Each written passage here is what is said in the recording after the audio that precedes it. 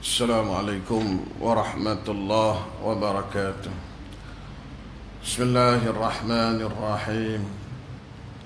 Alhamdulillahi rabbil alamin. Nahmaduhu wa nasta'inuhu wa nastaghfiruh. Wa na'udzu billahi min shururi anfusina wa min sayyiati a'malina. من يهده الله فلا مضل له ومن يضلل فلا هادي له أشهد أن لا إله إلا الله وأشهد أن محمدا عبده ورسوله اللهم صل على سيدنا محمد وعلى آله وصحبه وبارك وسلم سبحانك لا علم لنا إلا ما علمتنا إنك أنت العليم الحكيم اللهم علمنا ما جهلنا وذكرنا ما نسينا رب اشرح لي صدري ويسر لي أمري واحلل عقدة من لساني يفقه قولي. Alhamdulillah yang dirahmati Allah, Tuan Nadhir, Tuan Imam, Tuan Bilal, seluruh ahli jawatan kuasa muslimin, muslimat, para tetamu Allah. Alhamdulillah, kita syukur pada Allah Subhanahu wa taala. Kita masih diberi kesempatan, kesihatan, masa lapang pada malam ini, tuan-tuan.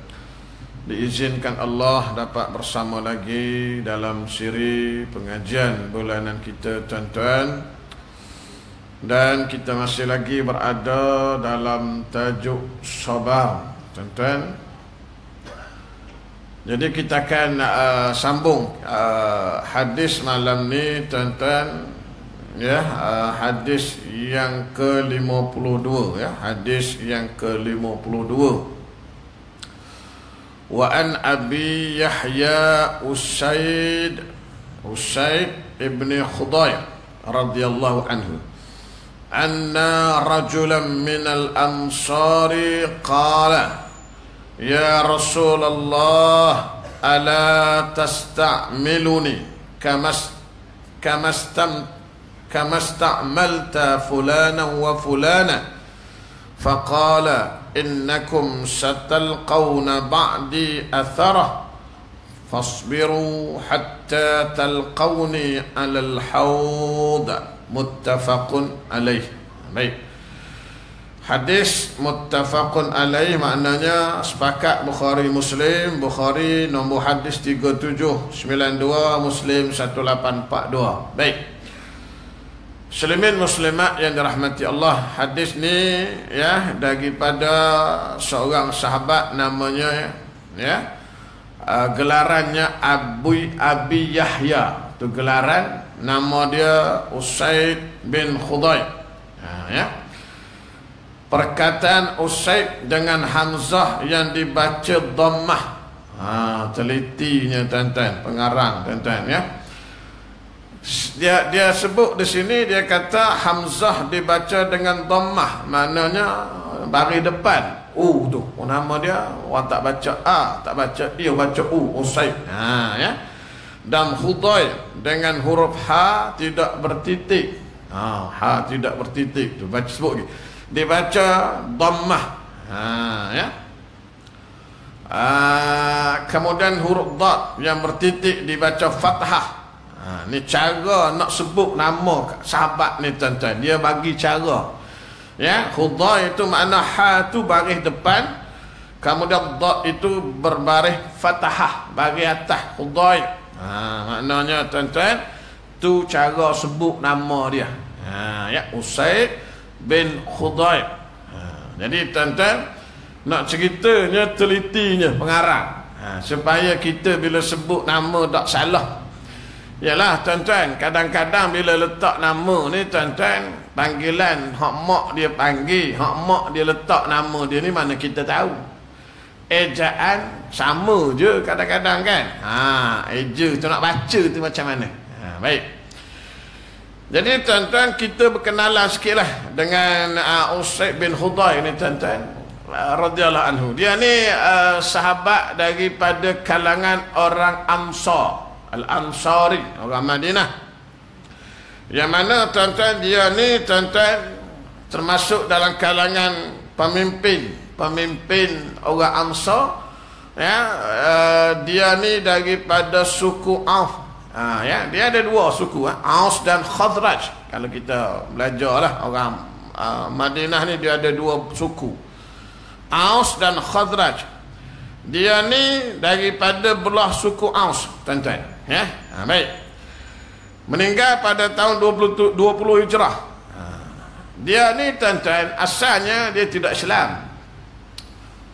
Bila Nabi kita apa nama ni ke belakang sikit cerita biar faham dah ya.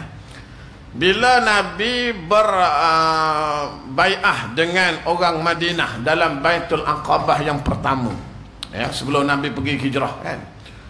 Jadi tuan-tuan, Nabi hantar satu orang sahabat sebagai tenaga pengajar. Nama dia tuan-tuan ya, Mus'ab bin Umair.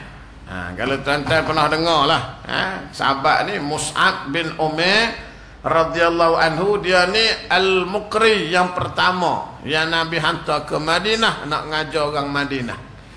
Mus'ab bin Umair ni tuan-tuan, dia ni syuhada dalam perang Uhud ya, meninggal syahid dalam perang Uhud. Baik.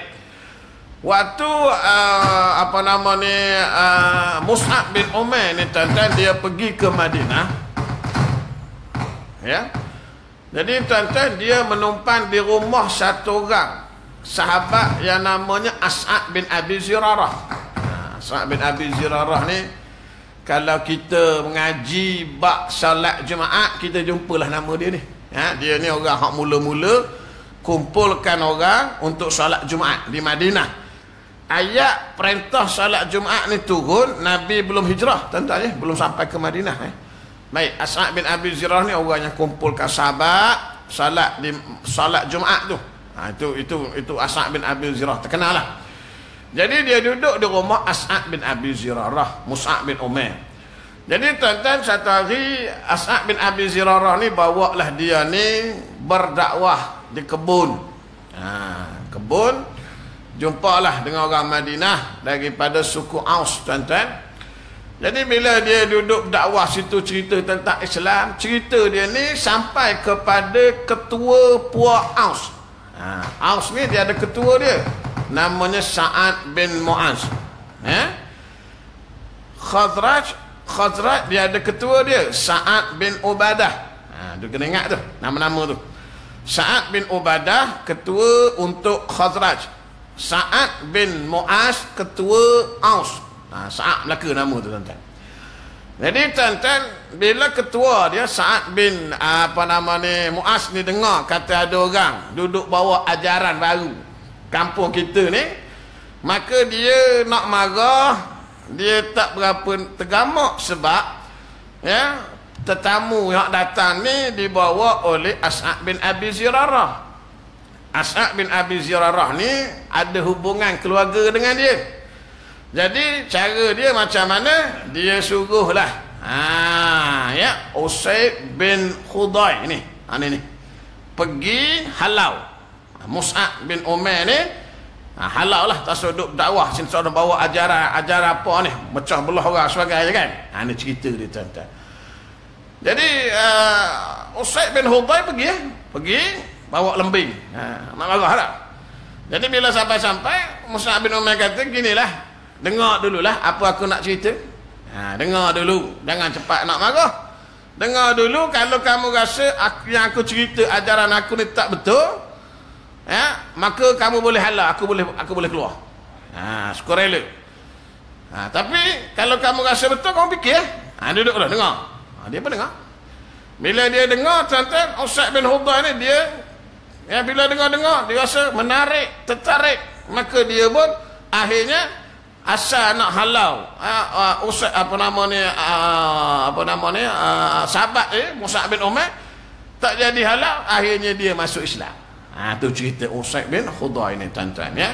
Sebab kita jarang jumpa dia ni tuan-tuan ya. Kalau tengok banyak-banyak hadis biasanya Ibnu Mas'ud, Abu Hurairah kan. Ni jarang jumpa nama dia. Malam ni baru jumpa Usaid bin Khudair. Dan tuan-tuan dia ni kalau baca Quran suaranya sedap. Suaranya sedap sangat tuan-tuan. Satu hari, satu malam dia baca Quran. Orang dulu ya, kalau dia malam-malam dia baca Quran tuan-tuan dah. Dak duduk di rumah malam-malam baca Quran. Kalau kita lalu tepi rumah kita dengar alunan Quran orang dululah. Kita hari ni payah nak dengar dah. Malam-malam kalau lalu pun tak dengar Quran. Tambah pula sehari dua ni orang duk demam ni, ramai duk demam tuan-tuan. Ya, siang-siang pun ya baring selimut demam bola tuan-tuan dah ya. Malam tak tidur, nak tengok bola. Siang tidur tak ya. Bola Piala Dunia. Tuan-tuan nak ya. Tak apalah. Boleh tengok, tak ada masalah. Saya pun semalam tengok juga. Mana lawan semalam? Ni lawan semalam. Apa nama ni? Hak menang 2-1 ke apa tu? Tak ingat dah. Hak yang awal lah, hak pukul 3 tu tak tengok lah tuan-tuan. Hak pukul 11 tu. Malam ni pun ada ni, pukul 11 malam ni. Belgium lawan. Tak tahu. Warak sangat tuan-tuan, payah juga ni ya. Malam sedap ni. Belgium lawan apa? Tak ingat saya. Ni sedap malam ni kan. Pukul 11 tak. Tak ada hal lah nak tengok bola tu tuan-tuan. Tapi jangan sampai peringkat kita, sampai anak-anak kita lah, orang muda-muda kita pada sembahyang subuh, janganlah tuan-tuan. Baik. Jadi tuan-tuan baca Quran, dia baca Quran di luar rumah tuan-tuan. Usaid bin Khudair ya. Tiba-tiba dia nampak tuan-tuan awan turun. Awan turun. Bila dia tengok awan makin dekat ke bawah, dia pun takut, dia berhenti. Ya. Dia berhenti baca Quran. Bila berhenti awan naik balik. Maka esok jumpa Nabi, tanya Nabi. Nabi kata, kamu nampak macam awan tu sebenarnya malaikat. Malaikat dengar kamu baca Quran. Tak? Kalau kamu baca lagi, malaikat tu akan lagi dekat kan. Tapi kerana Usaid ni dia takut, dia berhenti baca kan. Tu kisah dia lah. Jadi tuan-tuan, sahabat yang hebatlah dia tuan-tuan ya, meninggal pun awal 20 Hijrah tuan-tuan. Jadi apa benda hadis dia tuan-tuan? Dia kata anna rajulan minal ansari faqala satu orang lelaki daripada kalangan Ansar, orang Madinah. Dia datang bertemu Nabi sallallahu alaihi wasallam. Dia pun kata, ya Rasulullah, ala tasta'miluni. Ya. Mengapa engkau tidak beri jawatan kepadaku kama sta'malta fulana wa fulana, sebagaimana kamu telah memberi jawatan ini kepada fulan bin fulan. Nak jawatan tuan-tuan. Hari ni orang masing-masing nak berebut jawatan. Kabinet pun tak boleh umum lagi hari ni katanya tunda besok pula. Tak tahulah tuan-tuan nak tak tuan-tuan kalau kita tengok satu kisah seorang sahabat Nabi namanya Abu Zar Al-Ghifari. Ingat cerita Abu Zar? Hadis ni dalam pilihan raya baru ni hari Jumaat ada dalam khutbah, kalau tuan perasan lah. Abu Zar Al-Ghifari radhiyallahu anhu. Abu Zar ni nama dia Jundud bin Junadah, nama asal Abu Zar Al-Ghifari. Satu hari sama juga jumpa Nabi, minta jawatan kepada Nabi sallallahu alaihi wasallam tuan-tuan. Lalu Nabi pun sebut, ya Abu Zarrin innaka dha'ifun. Abu Zar, sesungguhnya kamu ni lemah. Itu hadisnya Nabi sebut pada Abu Zar itulah. Sesungguhnya kamu ni lemah. Abu Zar ni lemah ke tuan-tuan? Abu Zar ni yalah orang dulu tuan-tuan, sahabat Nabi ni tak ada lemah macam kita. Abu Zar tak ada kencing manis, darah tinggi, gout, tak ada tuan-tuan. Tapi Nabi kata kamu dia lemah Abu Zar. Wa innaha amanah, sesungguhnya jawatan itu amanah. Wa innaha yaumul qiyamah hizyun wa nadamah, sesungguhnya akhirat besok jawatan amanah ini, orang yang ada pegang amanah jawatan ini, akhirat besok dia akan merasai dua benda. Yang pertama Nabi kata khizyu wa nadamah. Yang pertama ialah kehinaan dan juga yang kedua penyesalan. Tuan-tuan. Jadi orang yang ada jawatan atas dunia ni kita duk berebut, tuan-tuan.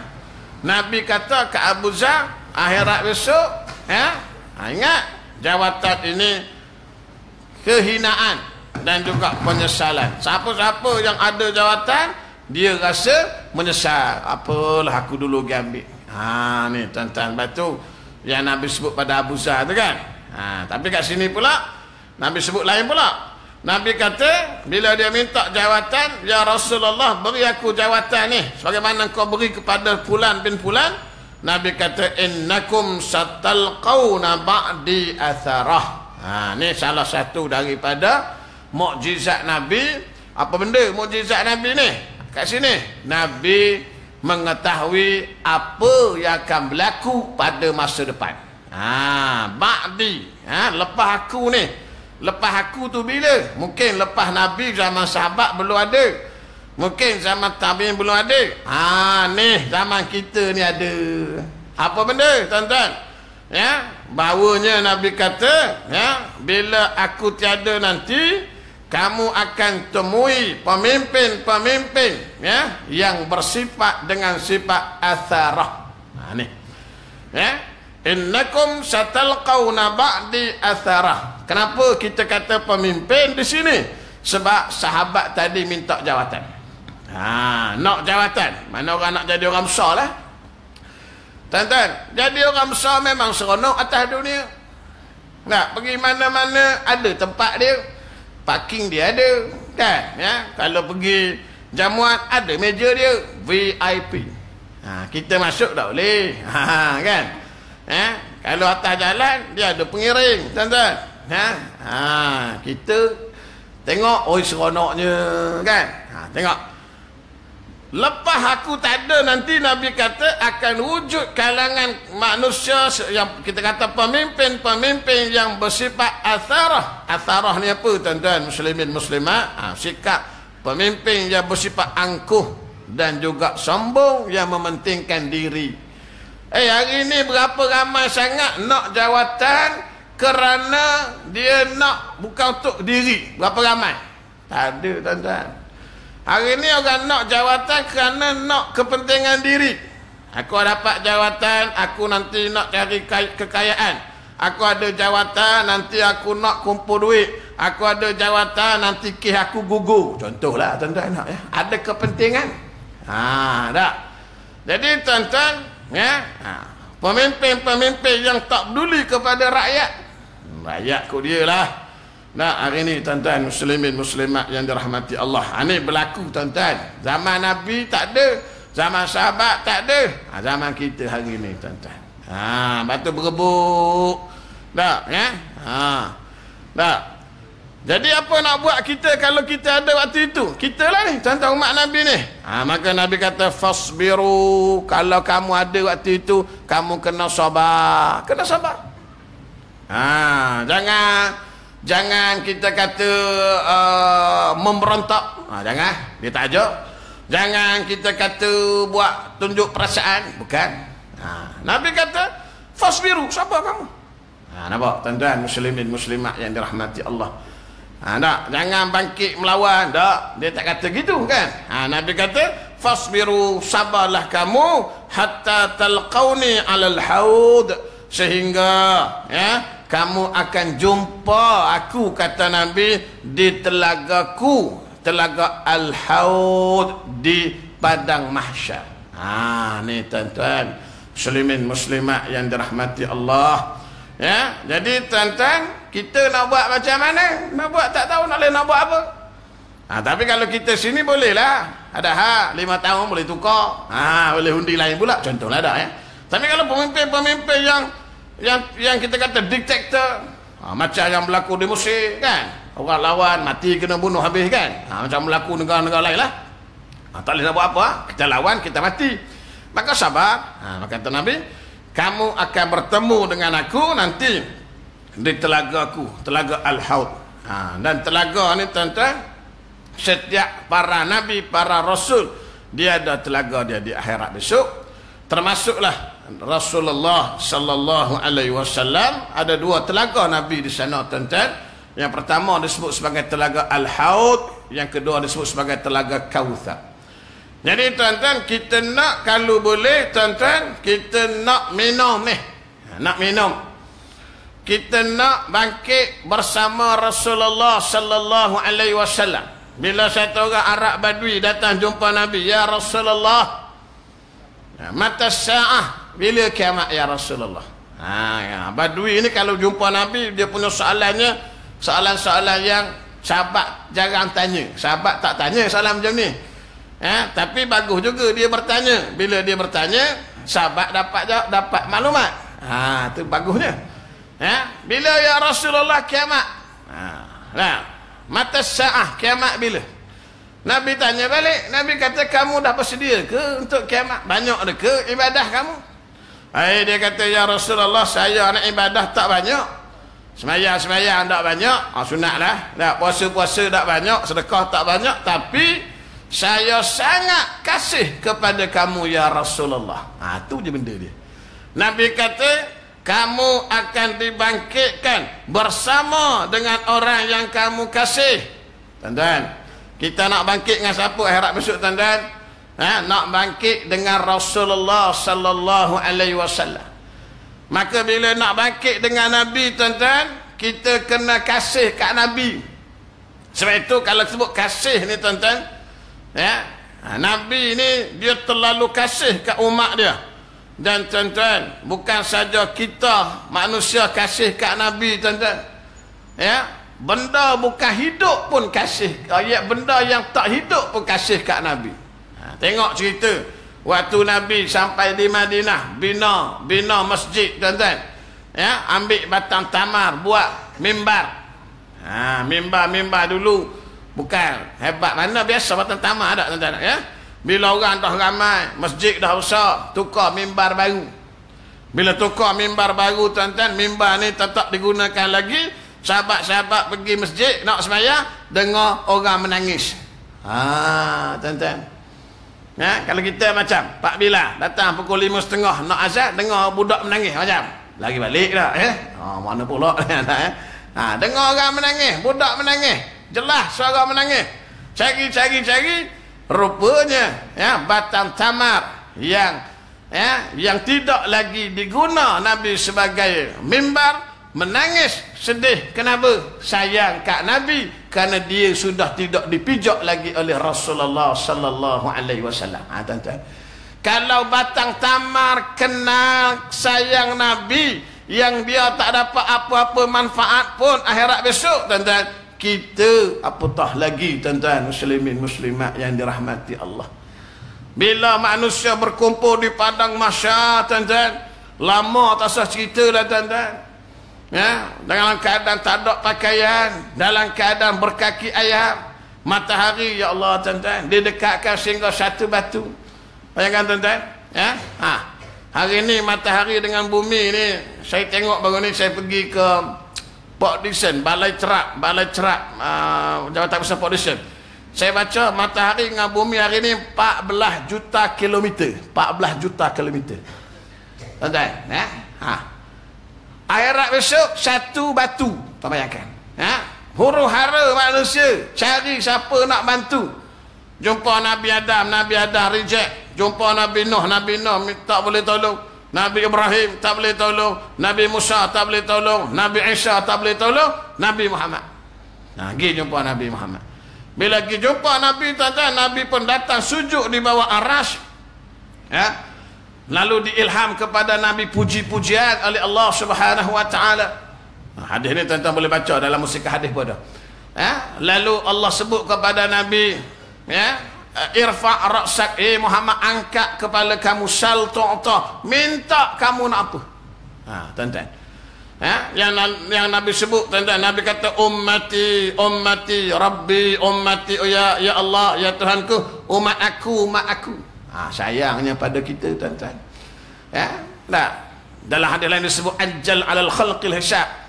Ya Allah, anjal, segerakanlah hisab. Ini disebut dalam kitab syafa'atul uzma, syafaat yang paling besar. Apa benda syafaat paling besar ni?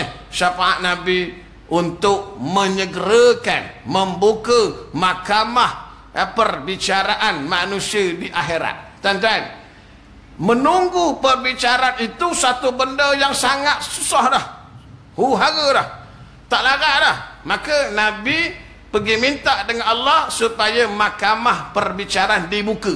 Itu disebut syafa'atul uzma. Ni tuan-tuan muslimin muslimat yang dirahmati Allah. Bayangkan tuan-tuan, orang lain tak boleh bantu. Nah, bayangkan tuan-tuan. Jadi kita kalau begitulah kedudukan Nabi. Nah, hebatnya tuan-tuan, kita nak kalau boleh bila kita bangkit dengan Nabi tuan-tuan. Nabi kata, aku tunggu kamu di kolam aku al-haud di mahsyar. Kolam ni dalam hadis lain sebut tuan-tuan, airnya lebih putih daripada susu, lebih manis daripada madu, lebih harum daripada kasturi, dan gelas-gelas untuk orang minum ni banyaknya umpama kata Nabi bintang di langit. Allahu Akbar, banyak tuan-tuan. Kita kata kalau banyak macam tu ramailah boleh minum, betul, ramai yang akan boleh minum, tapi kita takut kalau dalam ramai-ramai yang boleh minum ada yang tak boleh minum. Ni kita risau. Kok yang tak boleh minum tu kita, tuan-tuan muslimin muslimat. Panjanglah hadis tentang al-haud ni tuan-tuan. Bila Nabi sahabat tanya macam mana kamu nak kenal mereka ya Rasulullah, Nabi sebut akan ada cahaya pada muka tangan kita umat Nabi ni tuan-tuan. Ghurrah muhajjalun kan, wuduk ni tuan-tuan, akan ada cahaya wuduk.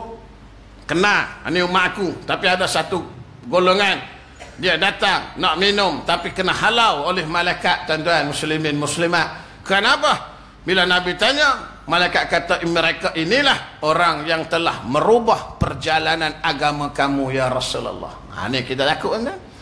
Nah, ada yang tak boleh minum walaupun gelasnya umpama bintang di langit banyaknya, tapi bukan semua boleh minum daripada kolam haud Nabi ni tuan-tuan, yang mana kalau kita minum Nabi kata maka kamu tidak akan rasa dahaga selama-lama.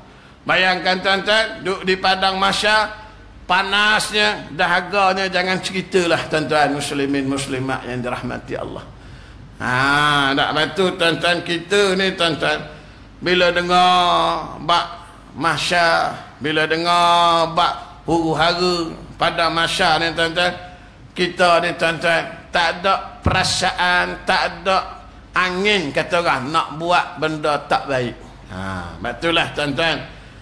Islam ni bila dia datang, mudahnya dua benda je. Man kana yu'minu billah wal yaumil akhir. Dua benda je.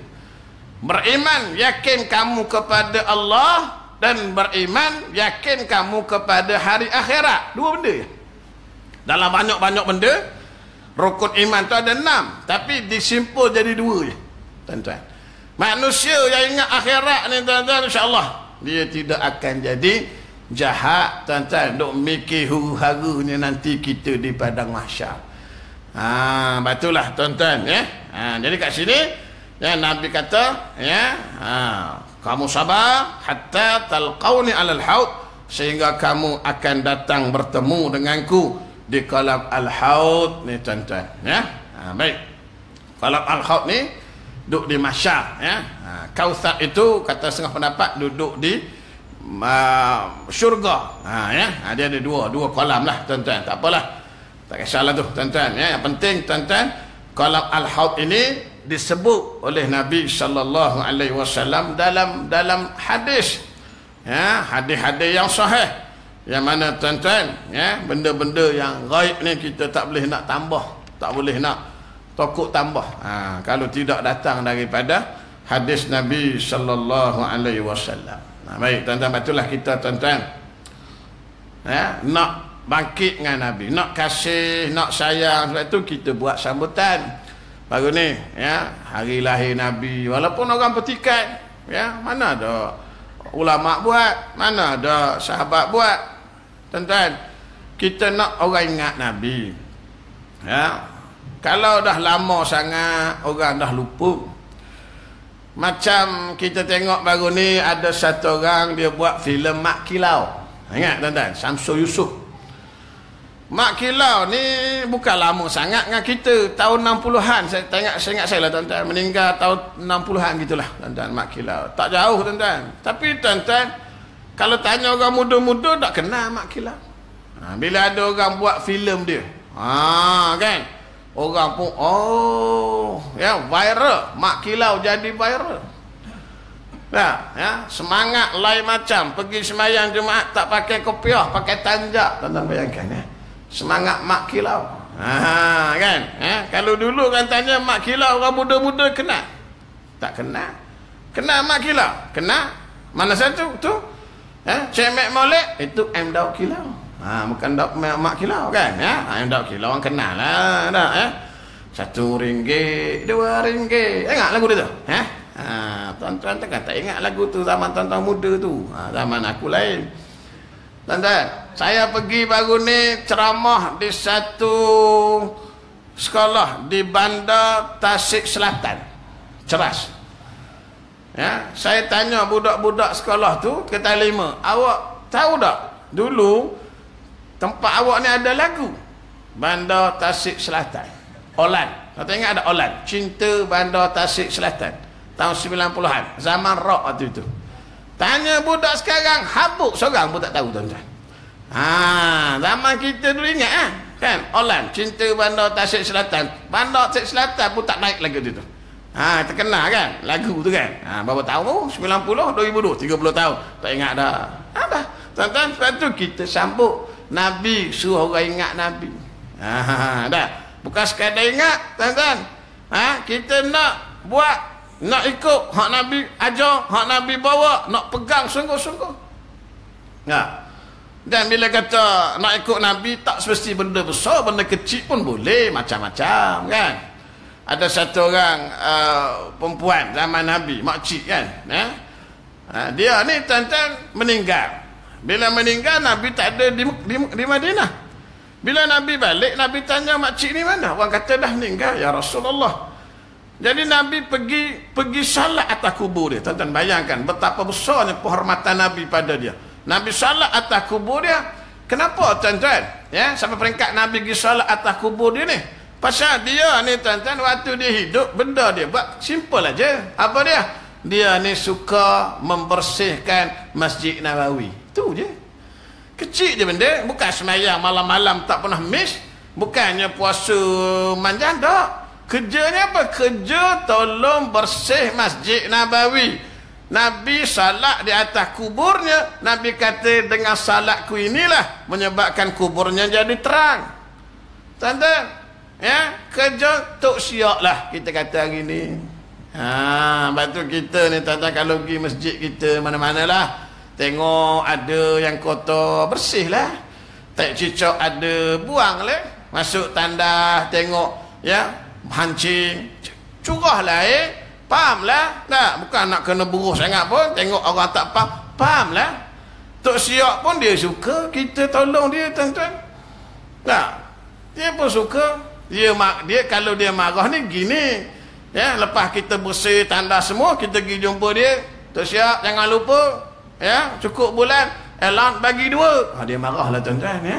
Allowance dia dah lah sikit, nak bagi 2 pula tak ya. Kita bukan nak allowance, kita nak pahala. Nampak tuan-tuan, simple aja tuan-tuan muslimin muslimat yang dirahmati Allah. Baik, jadi tuan-tuan, itu hadis kita yang ke-52 ya. Hadis yang ke-53, an Abi Ibrahim Abdullah bin Abi Aufa. Tengok cara pengarang ni bawa ni, kita kena faham lah tuan-tuan ya. Daripada Abi Ibrahim, itu gelaran dia ya, panggilan dia nama dia Abdullah bin Abi Aufa ya. Abdullah bin Abu Aufa Al-Aslami, seorang sahabat Nabi yang mulia, wafat pada tahun 87 Hijrah. Jadi hadis ni agak panjang juga lah tuan-tuan ya. Anna Rasulullah sallallahu alaihi wasallam fi ba'di ayyamihi allati laqiya fiha al-adu intazara hatta iza malatis syam qama fihim faqala ya ayyuhan nas.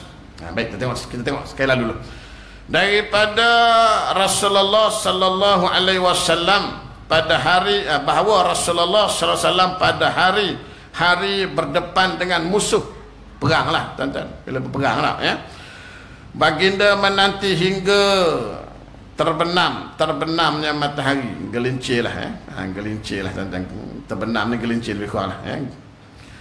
Kemudian berdiri khutbah di hadapan manusia. Bila matahari gelincir zaman dulu ni tuan-tuan, perang malam orang tak perang lah, tak nampak dah ya. Jadi berhentilah sekejap. Baik, Nabi pun bangun di hadapan manusia seraya dia bersabda ya. Wahai sekalian manusia, ya ayyuhan nas, la tatamannau liqa'al aduwi. Wahai sekalian manusia, janganlah kamu mengharap bertemu dengan musuh. Ya. Was'alullahul afiyah. Tapi mintalah kepada Allah akan afiyah, keselamatan. Ya. Fa idza laqitumuhum fasbiru, dan apabila kamu berjumpa dengan musuh, sabarlah kamu. Wa'lamu annal jannata tahta zilalis suyuf. Ketahuilah bahawa annal jannah, sesungguhnya syurga itu terletak di bawah naungan suyuf ni pedang ya. Zilalis suyuf, diletak di bawah naungan ya, pedang-pedang. Maknanya bukan senang nak masuk syurga ni tuan-tuan ya. Ya. Thumma qala an-nabiy sallallahu alaihi wasallam Allahumma munzilal kitab wa mudriyas sahab wa hazimal ahzab ihdimhum wansurna alaihim, muttafaqun alaih. Kemudian Nabi berdoa, ya Allah yang menurunkan Quran, Allahumma munzilal kitab, yang menurunkan Quran, wa mudriyas sahab, yang menjalankan awan, yang membinasakan gabungan pasukan musuh, wa hazimal ahzab, tentera Ahzab, sekutu ya. Binasalah mereka, ihdimhum. Ini kita biasa baca dalam kunut nazilah ya tuan-tuan ya. Ihdimhum wansurna alaihim. Ihdimhum, binasalah mereka ya Allah, wansurna alaihim, dan tolonglah kami ya ke atas mereka. Tolonglah kami orang Islam, tentera Islam dalam berhadapan dengan musuh-musuh Islam. Ini tuan-tuan, kita biasa baca dalam kunut nazilah. Kunut nazilah ni tuan-tuan, Nabi baca ketika mana ada satu peristiwa berlaku tuan-tuan ya. Peristiwa ni namanya Bi'u Ma'unah, peristiwa Telaga Ma'unah ya. Nabi dia hantar 70 orang. Asalnya ada satu orang namanya Amir bin Malik ya. Amir bin Malik ni tuan-tuan, benda ni berlaku selepas peristiwa perang apa nama ni, perang Uhud ya, tahun ketiga perang Uhud, tahun keempat lah berlaku dah ya. Amir bin Malik dia pergi jumpa Nabi. Dia kata, orang tempat saya ni ya Rasulullah ya, saya ni minat dengan Islam. Dia kata dia minat dengan Islam. Lalu Nabi ajar dia Islam, tapi dia tak masuk Islam, dia sendiri tak masuk. Cuma dia kata ginilah ya Rasulullah, kalau boleh hantar orang-orang Islam ya ke tempat saya ya, supaya mereka boleh ajak Islam di sana. Nabi nak hantar ni, Nabi agak berat nak hantar, sebab sebelum berlaku peristiwa ini tuan-tuan, berlaku satu peristiwa ya, dipanggil tragedi Ar-Raji'. Kalau tuan-tuan belajar sejarah lah, Ar-Raji' ni Nabi utus 10 orang sahabat, kena ambush tengah jalan, kena bunuh. Salah seorangnya, antara yang masyhurnya Kubayb bin Adi. Kalau tuan-tuan baca sejarah lah. Tak boleh kita azan.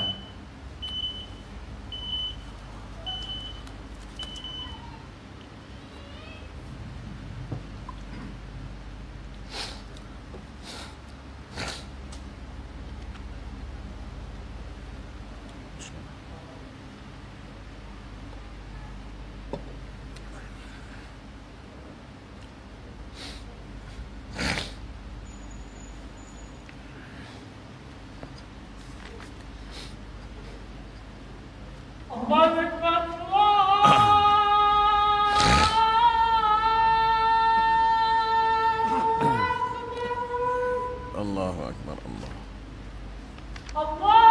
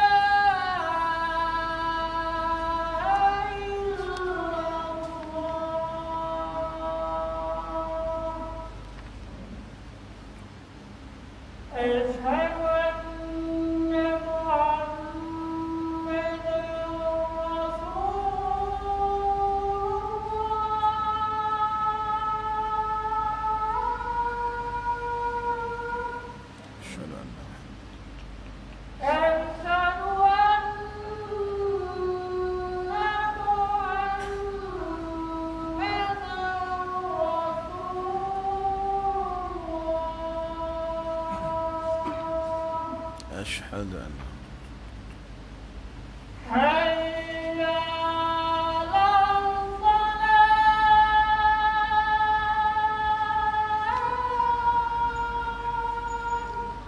لا حول ولا قوة.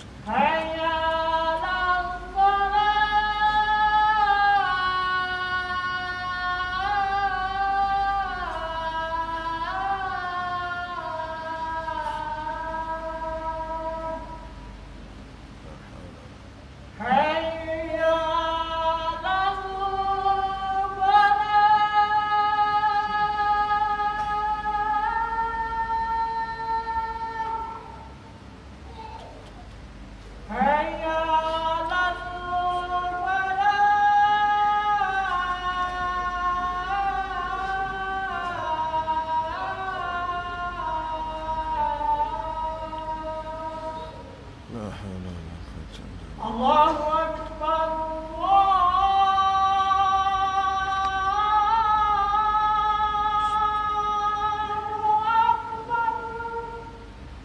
الله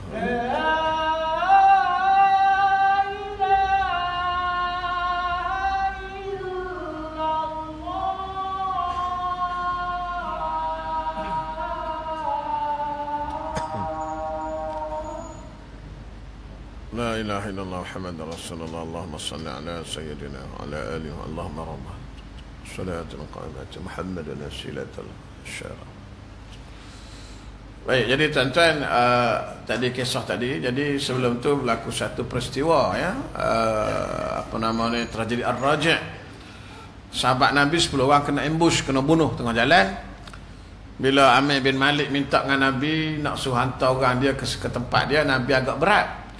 Tapi Amir bin Malik kata tak apalah ya Muhammad, saya akan menjadi pelindung.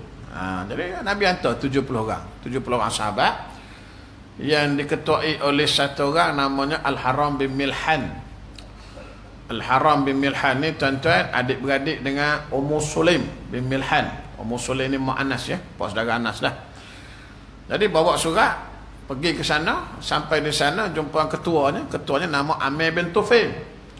Ya, bawa surat Nabi, ya, sampai situ Amir bin Tufail ni tak tengok pun surat. Dia tengok je sahabat Nabi datang bawa surat, dia terus tikam. Haram bin Milhan syahidlah sahabat ni. Kemudian dia panggil kawan-kawan dia, ya, kepung sahabat Nabi ni tuan-tuan kena bunuh, ya, 70 orang para hufaz, orang yang hafal Quran, orang yang alim, ya, orang yang hebat lah yang Nabi hantar ni, yang menyebabkan Nabi rasa ya sedih sangat. Nabi baca kunut nazilah. Ni tuan-tuan antara yang kita biasa baca kunut nazilah ni lah dia. Allahumma munzilal kitab wa mujriyas sahab wa hazimal ahzab ihdimhum wansurna alaihim. Baik, jadi tuan-tuan, Nabi kata dalam hadis ni ya, jangan kamu mengharap nak jumpa dengan musuh. Yalah tuan-tuan, perang-perang ni siapa nak? bukan benda yang menyukakan. Perang ni, kerana perang ni mati atau menang, dua je kan. Baik. Tapi kalau kamu bertemu dengan musuh, kamu kena sabar. Perang-perang ni kena sabar kan. Kenapa? Kerana kata Nabi, syurga itu duduk di bawah naungan mata pedang. Nak dapat syurga bukan senang. Sebab itu siapa-siapa yang mati syahid, tuan-tuan, maka bagi dia syurga. Tapi kena ingat, dalam satu hadis yang panjang, Nabi pernah sebut ada 3 golongan manusia. Ya, salah satunya ialah orang yang berjuang di jalan Allah. Ya, lalu dia mati syahid. Bila dibangkitkan akhirat besok, tuan-tuan, maka Allah tanya dia jawab, dia kata, aku dulu atas dunia berjuang menegakkan agama kamu ya Allah sehingga aku syahid. Maka Allah kata kepada orang ni, bohong, kamu pergi perang bukan kamu nak menegakkan agama aku. Kamu pergi perang kerana kamu nak tunjuk kamu berani. Tengok, ni kena betul tuan-tuan, niat ni kan. Walaupun ada orang yang mati syahid tapi tak masuk dalam syurga, kena campur masuk dalam neraka. Sebab tu kita ni tuan-tuan, niat kita ni kena betul masing-masing ni tuan-tuan. Takut nanti bila niat tak betul, akhirat besok kita di hadapan Allah, saya dulu ya Allah tak pernah miss salat 5 waktu di surau. Allah kata bohong, kamu pergi bukan nak sembahyang jamaah sangat, kamu pergi kerana itu kerana ni. Contohlah tuan-tuan, kita risau ni tuan-tuan. Tak, jadi ya, nak mati syahid ini bukan senang. Sebab itu siapa-siapa dapat mati syahid, maka balasannya tidak lain, tidak bukan, ialah syurga Allah Subhanahu wa taala. Tuan-tuan tak ya? Syurga Allah tu balasan, tak ada balasan lain dah tuan-tuan, muslimin muslimat. Betul tuan-tuan, kita nak syahid ni payahlah kitanya kan. Maka tak apalah. Kita usaha, apa saja hak Nabi suruh kita buat, apa saja hak Nabi larang kita tinggalkan. Dan bila kata Nabi suruh ni tuan-tuan, dia ada pahala. Pahala ni Allah ganda, paling sikit 10, paling sikit 10, paling banyak boleh jadi sampai 700 orang yang sedekah contoh. Dan ada lagi yang lebih tinggi daripada tu lagi. Bukan kata limit 700, tidak. Ada lagi yang lebih banyak. Apa benda? Bighairi hisab. Langsung sampai peringkat kita kata infinity lah. Tanpa tak terkira. Apa benda yang dapat pahala tak terkira ni? Orang yang sabar. Tuan-tuan ya. Sabar ni tuan-tuan. Allah hebat. Macam kita datang sembahyang ni kena sabar. Nak datang kuliah kena sabar, nak datang jamaah kena sabar. Kalau tak sabar, tak datang kita. Kan? Sabar dalam melaksanakan ketaatan, kena sabar. Tuan-tuan, kena semangat tu tuan-tuan. Rajin kita. Jangan kita ya, bila kita tak semangat, kita tak sabar tuan-tuan, maka kita cepat mengalah. Nak pergi ke masjid contoh, surah malam ni baru start motor, hujan. Tapi kita tak sabar. Kita tak semangat. Bila hujan, tak pergilah. Hujan. Padahal kereta 2 buji dalam garah tu. Kan? Macam orang motong getah lah. Dia malas nak pergi. Tapi bini dia duduk beleteng. Pergilah. Kita ni, kalau tak pergi nak makan amdek. Suami ni malas. Tapi kerana bini dah beleteng, dia bukan nak pergi sangat. Bini beleteng pergi jugalah. Naik motor slow-slow dah. Orang lain pukul 6.30 pergi kebun dah, motong getah. Dia pukul 10.30 baru nak motor. Dah malas. Bawa slow-slow motor, lalu kat kona tengok ada sembok tulis kat depan tu, dilarang memotong. Balik tu dia tuan-tuan muslimin muslimah. Bini tanya, kenapa bang tak nak pergi motong? Aku pergi dah. Ada sembok tulis tengah jalan, dilarang motong. Tak boleh motong rupanya hari ni, kata dia. Itu tak boleh motong kereta double line. Tapi kerana malas, tak sabar, tak semangat. Inilah benda tuan-tuan.